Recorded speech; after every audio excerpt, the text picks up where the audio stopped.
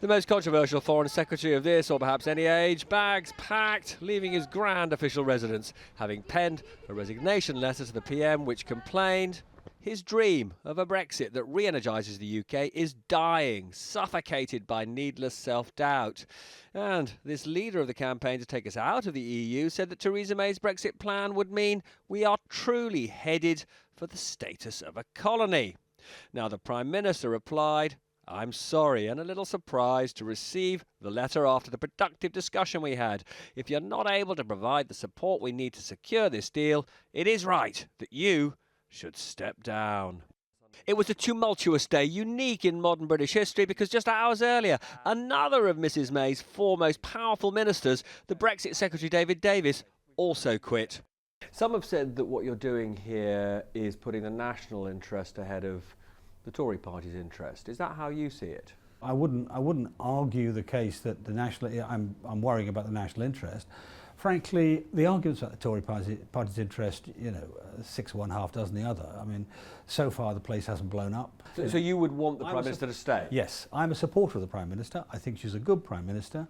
I just don't agree with her on this fundamental policy, which unfortunately is central to my old brief. And your concern is that what the Prime Minister has put on the table effectively breaches the trust that people placed in her. I put it slightly. You're right, but I put it slightly differently. I would say that if you sort of if you could somehow get a single mind for the 17.5 million people who voted to leave, and said, do you think that's taking back control of laws?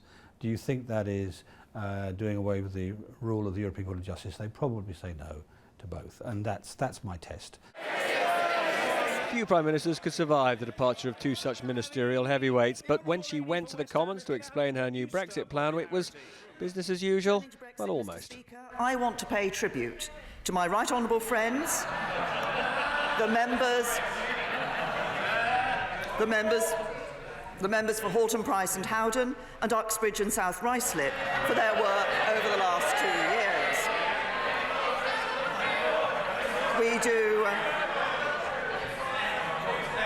We do not agree about the best way of delivering our shared commitment to honour the result of the referendum. We have a crisis in government, 2 Secretaries of State have resigned, and still we're no clearer on what future relationship with our nearest neighbours and biggest partners will look like. Workers and businesses deserve better than this. His criticism was par for the course, but it was the savage attacks on the Prime Minister from her own side that hurt. This week, the activists were so disappointed about what had happened at Chequers.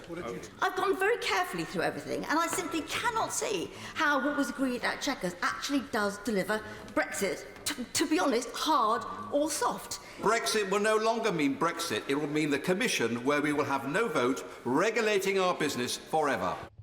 Now, he's taken his medicine for 6 years as a health secretary rarely loved by doctors and nurses. His reward, one of the great offices of state. He's the new foreign secretary. Whereas earlier, this less well-known face, that of Dominic Raab, moved from housing to become Brexit minister. And this evening, she was still doing that prime ministerial thing, meeting the Austrian leader, Sebastian Kurz. But after a day like today, she must surely wonder how long she'll be living here at 10 Downing Street. Robert Peston, News at 10.